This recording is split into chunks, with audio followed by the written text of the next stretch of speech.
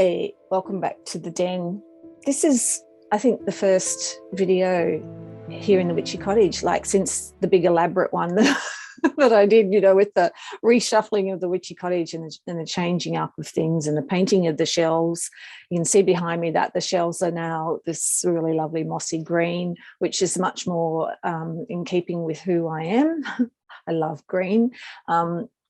I was watching Avalon Cameron the other night, and she was saying that she must be one of the only witches that doesn't like purple, but I'm with her on that. And I don't like publicly saying that I don't like purple because I might get a lot of people offside, because it's a very popular colour across the board, really, but particularly in the pagan and witchy community, people tend to really love purple, and I understand that it speaks to people, but purple just doesn't speak to me. It never has, except years ago, and I'm talking years ago, back in the 70s when purple was really, really in. Like, everyone had either orange or purple or brown in their houses and in their clothing, and I loved purple. And I had we called them skinny ribs. I had a purple skinny rib polar neck sweater, and it was like, it had really wide, dark purple stripe, then a mauve stripe, and then a white stripe.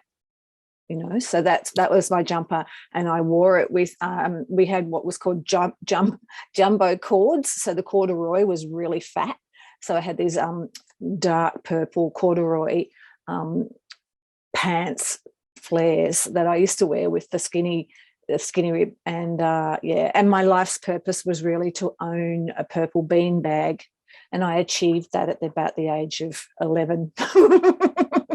I achieved my life's purpose, and my biggest dream, it was to own that purple beanbag. Was so cool, I thought. But yeah, I grew out of purple as I got older, and now my palette is very much all about greens and browns and those earthy tones, and that's where I feel really at home. So there you go. I thought today might be fun to talk about deity a little bit. And I just, of course, will put it out there, and you will know this because you're smart, but I will put it out there that you do not have to engage with deity or be interested in deity or have deity as part of your practice when you're a witch. It's absolutely not. There is really no rules, aren't there, actually? But deity is certainly up to you. It's completely your choice. For me, the idea of working with, and I'll flag that term, working with, the idea of working with a deity has been a great interest to me right from the very beginning of this journey. So, and one of the things that I felt has really enchanted my journey and my imagination as much as the craft itself, this whole idea of deity and having a matron deity or a patron deity, or whatever, however you want to go about it. I found that to be really, really not only interesting, but also really, really helpful in terms of my creativity, my mental health, and my just feeling my way into this magical realm and this magical world, feeling supported and loved, and feeling and putting personifying what is really, for me, an energy current. That's how I kind of see deity. I see it as an energy current, a current of energy that has had so much human thought and love put into it that it then starts to, it's almost like a thought form, as Eckhart Tolle talks about thought forms. I see deity something like that. But again, I don't have any hard and fast ideas on it yet, and I wouldn't claim to, seriously, how can anyone claim to understand God? Oh, yes, I've got the theory, So it's all very much an experiment for me. And yeah, but it feels like that's what it feels like. That's what deities feel like to me. They feel like energy currents of energy that take on, they become personified, and it's like an archetype, I guess, but it feels even more I don't know, more real than an archetype. I don't know. I'm still playing with this idea. So what I thought I'd do today, because I see a lot of people talking about deity and experimenting with deity, but also I see a lot of people feeling overwhelmed by the whole idea of engaging with the deity and fearful that it might, you know, add more responsibility and more obligation to their lives, which are already jam-packed full of other stuff. So I sort of was reflecting on my time in the wilderness. You know, when I closed, I found a fox, and sort of, you know, really got involved very deeply in my work and that kind of the material world.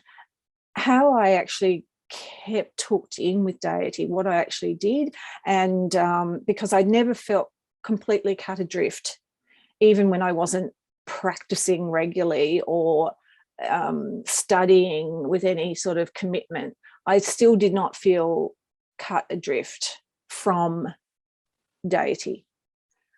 And I was thinking about how I maintained that and why that was that I still felt connected.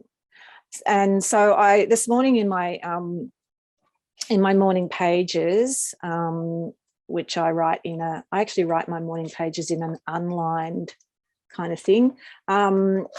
I scribbled down 10 ways that you could, little things you can do that will help you stay connected to deity. All right.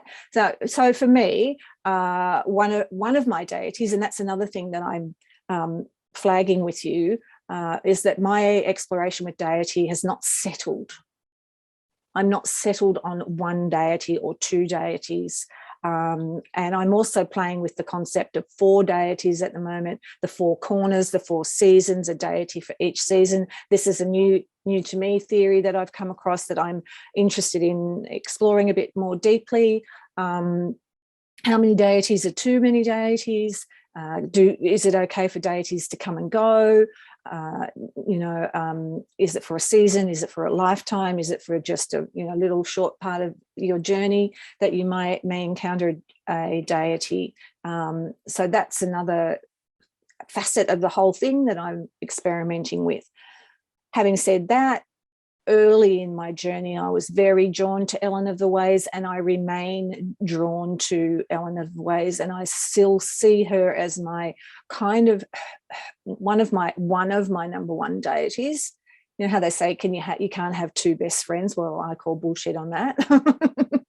You can have more than one best friend, and you can also have more than one best deity, as far as I'm concerned. So Ellen of the Ways is still very much part and parcel of who I am, and I don't believe that I will drop my connection with her at any time soon, her and the Virgin Mary. So they're the two that, they're my 2 sort of home girls that I feel very strongly about, and that kept me connected throughout my time in the woods. But beyond that, I'm now starting to explore what I realized by looking back at some of these old videos from I Found a Fox, that I was talking about feeling called, not being called. I would never claim to be called to any deity, but feeling called to explore a relationship with Hecate, however you want to pronounce it. So that was a couple of years ago. And so I'm now very much into exploring that much more deeply. And I think I held up this book recently to show you guys that I got this book, Keeping Her Keys, An Introduction to Hecate's Modern Witchcraft by Cyndi Brannen. And it's fantastic. And it's very practical, and it works through the lunar cycles. So each cycle of the moon, you have a different set of exercises to do. And so it's, rather than rush forward and read the book in its entirety, which I've kind of done, you can just pull it back and just do one per lunar cycle, and then do what's required for that cycle. And the exercises are not onerous. They are time consuming to a degree, but nothing that I haven't been able to incorporate into my life anyway. including the witch's hour of power, which I really am loving. And of course, I don't lock myself into, I must have a witch's hour of power every morning. That's not going to happen. But I do try to have some kind of connection each morning, even if it's a few minutes, if that's all I can fit in that particular day. So I'm working through that, and I'm finding that coming back to the whole central, like the central tenet of witchcraft is from what I can glean and from what I can gather and what I can see is it's got the most consensus around it and agreement around it, is that one thing, that the one key thing about witchcraft is know thyself. That is the number one rule. Know thyself. It's all about knowing yourself. And that's why we get so much focus on things like divination and shadow work and all this, because at the core of all that, it's about getting to know yourself and getting to know yourself very, very deeply. And that's what I find in this Hecate course, for want of a better word, is happening. It's very much a deep dive into the self. And I wouldn't specify it as shadow work, but it's definitely a deep dive and time for a lot of reflection on yourself and how you operate and how you relate to deity. And so that's been really, really fun and interesting and stimulating to explore the world of Hecate. As part of that, I've made, you have to have we don't have to have, but she advises you to start a journal. So I made this gorgeous journal, purloined some images off the internet, and there's some Laura Zakroff art there. And I hope nobody gets cross with me for downloading stuff off the internet, because I do support Laura's work. I buy all her books, I buy her t-shirts, I buy stuff from her all the time. I love her work, and I'm hanging out for her new deck as well. So I've cut out some images from that and some other random images and made a cover for my journal, which is something I always love doing. And that's my Hecate journal, and that's where I do all the reflecting and all the exercises and stuff in there. And I also have now a separate altar just to Hecate. I want to flag also that I have not committed to Hecate. I have just committed to doing the course, which is a different thing altogether. I'm getting to know her and getting to know her energy current and to experience her energy currents, but I'm not committing to her formally at all at this point. I think it's worth proceeding with caution for all these things. And you want to be committing from a place of sincerity and not sort of, well, like anything, any commitment to any sort of relationship. A relationship with deity also, I think, needs to be approached with respect and caution. All righty, because once you're in, as far as I'm concerned, because I'm a Taurus. Okay, so the 10 things that I did and that I thought might help you if you are feeling befuddled or burnt out or too busy, all the B words, to really engage fully with deity, but it's still something you want to keep in your life. This is what I think might help you. Number one, think about the first words you utter every day when you open your eyes, and let them be significant. So for me, the first words that I like to utter when I open my eyes in the morning are thank you. Thank you. If I just say that out loud, it has this really beautiful feeling of gratitude and grounding and brings me into the moment, rather than my brain rushing straight on to all the things that I have to do and opening the door, as I say, opening the door to the world. I'm just there in my bed, still with my head on my pillow, and the first words I say are thank you. Now, sometimes I might say, thank you, Holy Goddess, or I might say, thank you, Hecate, or thank you, Ellen, or thank you, Mary, depending on how I'm feeling. But thank you, I think, is a really great thing to be the first utterance of the day. The other day I laughed. I'm going to swear, so warning. I got up early in the morning. It was still kind of dark, and the configuration of our bathroom is kind of odd. There's a bathroom cabinet on the wall, and it has a cupboard door to it. And if you leave that open, it's sort of over top the toilet. It's really weird. And so a number of times himself has left the cupboard door open, and I have stumbled into the toilet in the dark and whacked my head on the open door. And that happened the other morning. And I hadn't uttered my beautiful thank you words. I hadn't got into the zone yet. I just kind of wobbled into the toilet, hit my head on the cabinet door, and the first thing I uttered for that day was, fuck, I hate that. And then I actually started laughing because I saw, oh, that's a great way to start the day, Jen. Fuck, I hate that. Really great. A lot of sentiment in that sentence. So I reined that one in. I closed the cabinet and declared to myself that I would discuss it one more time with himself about closing that cabinet door. What is it with boys and cabinet doors? My sons are the same. They leave the drawers open. Even now as adults, when they come home and they go through the kitchen, all the cupboard doors are open. I know not all boys do it. And, I'm being very sexist here, but there is a thing about not closing cupboard doors. It's bizarre. Anyway, so make your first word in the morning, preferably a word of gratitude and love, and maybe even self-love. Saying thank you feels like a form of self-love to me, because it acknowledges the good things in your life. It acknowledges the joy of another day. I read somewhere where someone had a theory about why birds sing so much first thing in the morning, and it's because this person said they felt it was because birds are so joyful to still be alive, to have survived the perils of the night, and to be greeting another day and see the sunrise. It just fills them with joy and gratitude. And so they sing at the top of their voices. So I think about that when I say thank you as the first words that I utter in the morning. I also have always, and I've talked about this in other videos, I really love the Earth My Body prayer. And I very rarely miss saying that. It's so quick. I have a little altar on my dressing table, and I will go there and I will anoint myself with a little bit of oil, usually in a pentagram on my wrist, and I will say the old Wiccan prayer: earth my body, air my breath, water my blood, fire my spirit.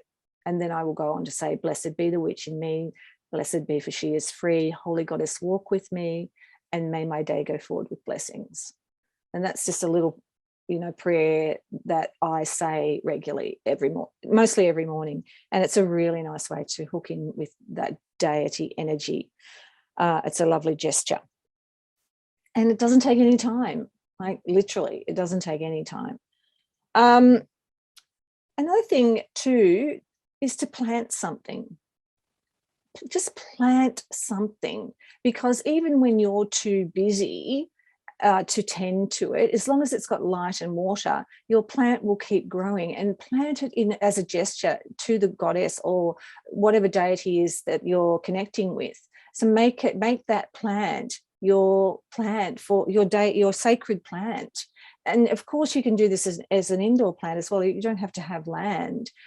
You could just do a little pot plant and make that your sacred plant, make that your gesture of greening the planet. And connecting in with the goddess. I would not believe that there would be any deity that's not interested in green life, even a dark goddess, like a war goddess or something like that. There's still going to be a love of the planet within that deity, as far as I'm concerned. How can you not just love the planet? How can you not revere nature? So that's what I would do. That's another thing that I would do, because I'm privileged to have a garden, a massive garden, and that is always one of my strongest connections with deity. But even if I was in an apartment, I would still have, even if it was a lettuce, ice cream container on a balcony, it still could be my sacred plant. And I could still be going about my day knowing that my plant is growing and living, and that I don't even have to attend to it today, as long as it's got water and light.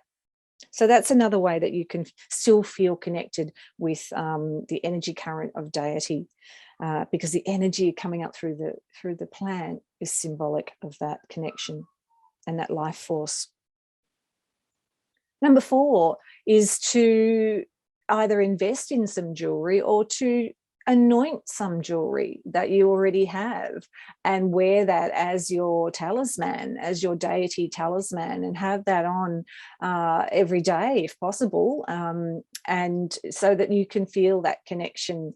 And of course, everybody who wears sacred jewelry understands this from any walk of life, whether you're a Christian and you wear a crucifix, or whether you're like me and you wear my handcrafted Ellen of the Ways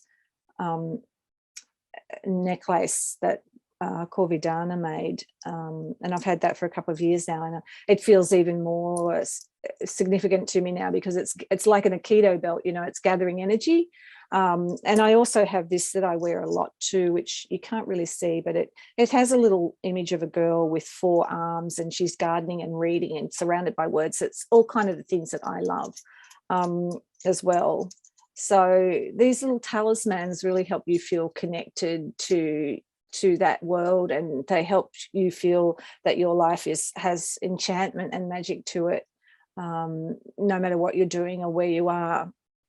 So jewelry, sacred jewelry. Those of you, of course, who work with ancestors probably use this as well to stay connected. I know for myself, I have a lot of hidden under my gloves, but a lot of rings that have enormous sentimental value to me and connect me strongly with my parents and my heritage. Not that I work with ancestors. I'm not interested in working with ancestors, but that's another story. Not that I have bad ancestors. It's just not something that grabs my imagination at the moment, but I still do love to feel connected via jewelry. And jewelry that has a meaning is so much more, I don't know, it's just so much more pleasurable to wear. Not that I don't love costume jewelry, I do, or any kind of jewelry, but jewelry that has this sort of energetic imprint in it of love and reverence and sacredness just is to me, more pleasurable to wear. And you can kind of spot it in other people too. You can spot when a piece of jewelry is just there for a fashion statement. Nothing against a fashion statement, you know me, love clothes and jewelry, but you can sort of tell when someone's wearing, I reckon anyway, they're wearing a piece of jewelry that's of significance to them. It just has a different energetic vibe coming off it. So that's number 4. Number 5 is that you can carry and put together a little crystal pouch. Of course, you can do any kind of amulet or pouch that you want, but a little crystal pouch is a really cool thing to have. I have this one. It's actually a little bag, a little black velvet bag that I think Ellen of the Ways actually came in. And inside it, I have a collection of little crystals that, I've got some tiger's eye and some, of course, some rose quartz, some clear quartz, adventurine that my kids gave me, so that makes it even more significant, and a couple of other bits and bobs in there, and that's always in my handbag. So I always carry those stones because they have meaning to me, and that you can put deity stones in there, whatever stones or crystals you feel connect you to your deity, you could have in a little pouch like that and just carry it around with you. So even when you're not thinking about it, it's thinking about you, and it's there tucked away in your handbag. So that's a cool thing to have, a little pouch, little amulet type thing. Number six is one of the easiest things I find for helping you connect with deity, and that is have a cup of tea with your goddess.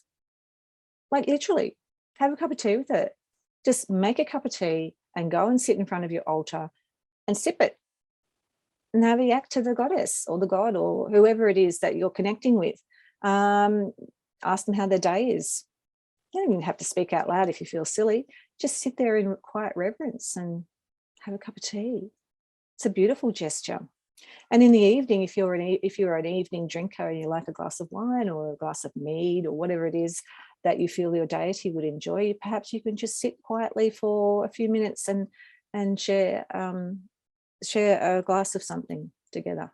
So I think that's a beautiful gesture, and sometimes I just feel I'll be in the house and it'll be, you know, evening time, and I just feel so strongly called to go and just sit quietly in that sacred space just for a few minutes. It almost makes me feel excited to, oh, you know, I can do this special thing. I can just quickly boil the kettle, make a cup of tea and go and sit in there really quietly with that energy. So that's something you can do. Number 7, I can't read my own writing here. Oh, yes, simply pull a card. Pull a card in the morning and asking Deity, is there anything you want me to reflect on today? Are there any, is there anything you want me to think about today? Is there anything that any message that you would like to impart with me today? And then just pull a card and see what comes out. And then you can sit that on your altar, or sit that somewhere visible where you can come in and out. If you go out into the workplace, of course, you won't be doing that, but you put the card in your bag if you wanted to, in your satchel. Just look at it throughout the day and think, you know, what does Hecate want me to think about today? What does Ellen want me to think about? What does the Green Man want me to think about? The Horned God, whoever it is that you might be having a dalliance with, you can have a card every day that connects you with them and their energy and what they might be wanting to say to you. The other thing that I find really, really beautiful, this is number 8, is to pull a card at night, literally in bed. I do this most nights, and often it's the, you know, the Mists of Avalon deck I just love so much. I've been, you know, have that around me for a couple of years now. And instead of pulling a tarot card at night, pull an oracle card, because you're tired at night, your brain's not so alert, you know, quite possibly. And an oracle card can be a little bit less ambiguous and take less mental power to interpret. So I like to just pull, say, you know, Holy Goddess, what would you like to say to me tonight before I fall asleep? And pull an oracle card and see what comes out. And it's so comforting. And then I'll have that card beside me as I sleep. And I forget about that next morning. You know, I really don't dwell on things. It's just a comforting thing for me. And it's all part of know thyself. You know, the more you think about things and the more you reflect on things, the deeper that you go into your own psyche, and the more and more things that you uncover about yourself. So this all comes back to that. I think I can see my breath. It's freezing in here. I think it's 4 degrees. Number 9, sleep with a crystal under your pillow.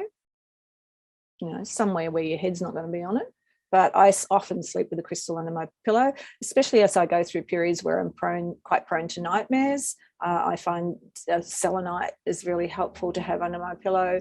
Even if I go off and sleep in the spare room, you know, if I need to sleep alone, or if himself is snoring or anything, I'll creep in there. I'll always make sure I've got crystals with me.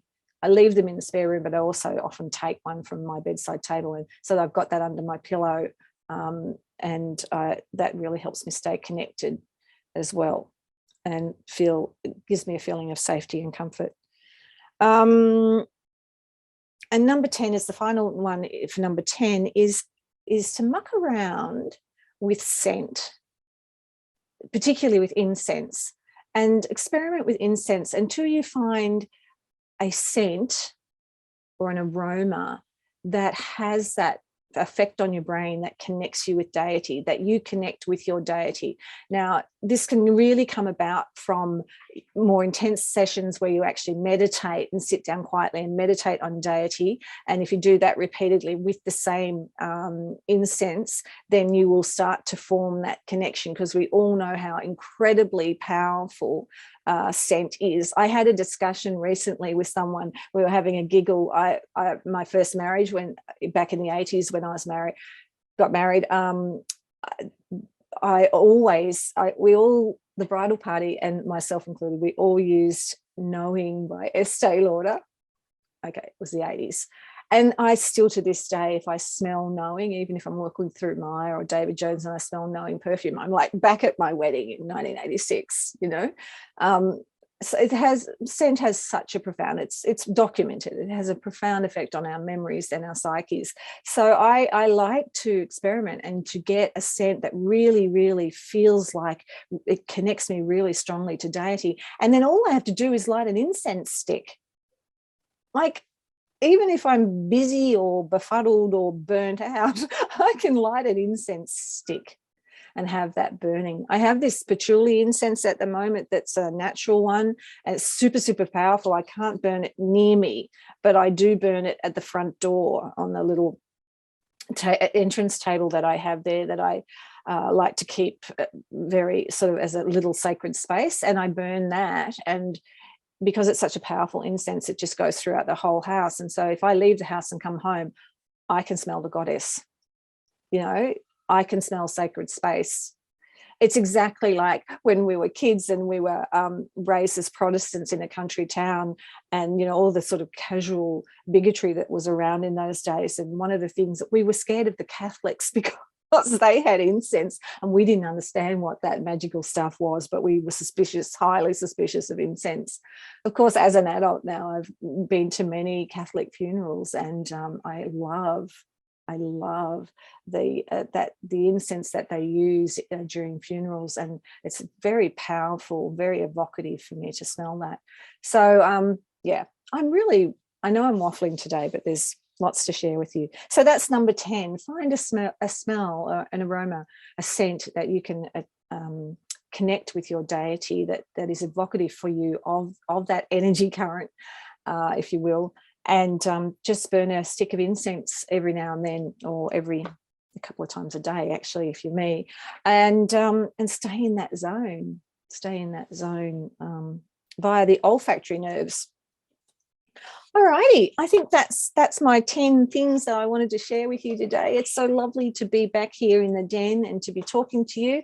If you're new, welcome, and thank you so much for subscribing. I really, really appreciate seeing the little numbers tick up, and more people finding I Found a Fox Again and coming along on this little journey. I love having you here. I really, really deeply appreciate having you with me.